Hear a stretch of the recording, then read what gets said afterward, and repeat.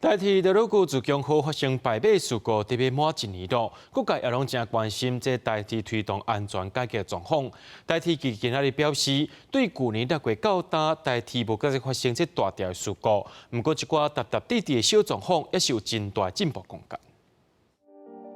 台铁拖路过后败马事件就要满1周年，外界真关心台铁推动安全改革的状况。台铁29召开记者会说明进度，表示自2021年开始推动676 33项方案，到今有9项陆续完成。我们安全改革这几项的部分能够有效的落实到现场基层所以后续我们也推动了安全管理系统的一个推动能够落实把这个安全相关的意识落实到现场。未来在安全改革部分尤其在公力管理这一块，以及在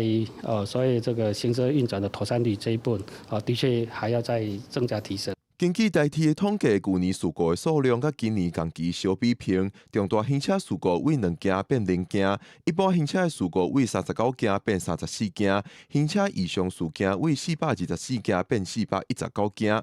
台铁坦白，也是有真大的进步空间，会透过换掉旧车甲号志系统的提升来改善。不过，台铁产业工会是对改善成效提出质疑。因为在左右马事故之后，仍然会有建议说台铁应该有一个员工自主通报系统。那像这样的系统，其实员工有真的去通报过，但我们发现说，好像员工有通报的案件，其实并没有在后续的事故通报里面，好像有看到相关的建议改善或者是检讨。那时候我们很怀疑，就是说，那这样的事故统计到底的明确的真实性是怎么样？交通部正在大力推行台铁公司化，外界关心公司化以后对安全改革有啥物帮助？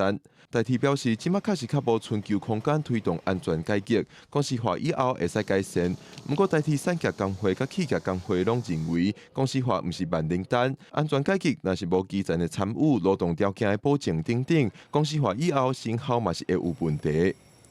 记者郭富根郑派文台北报道。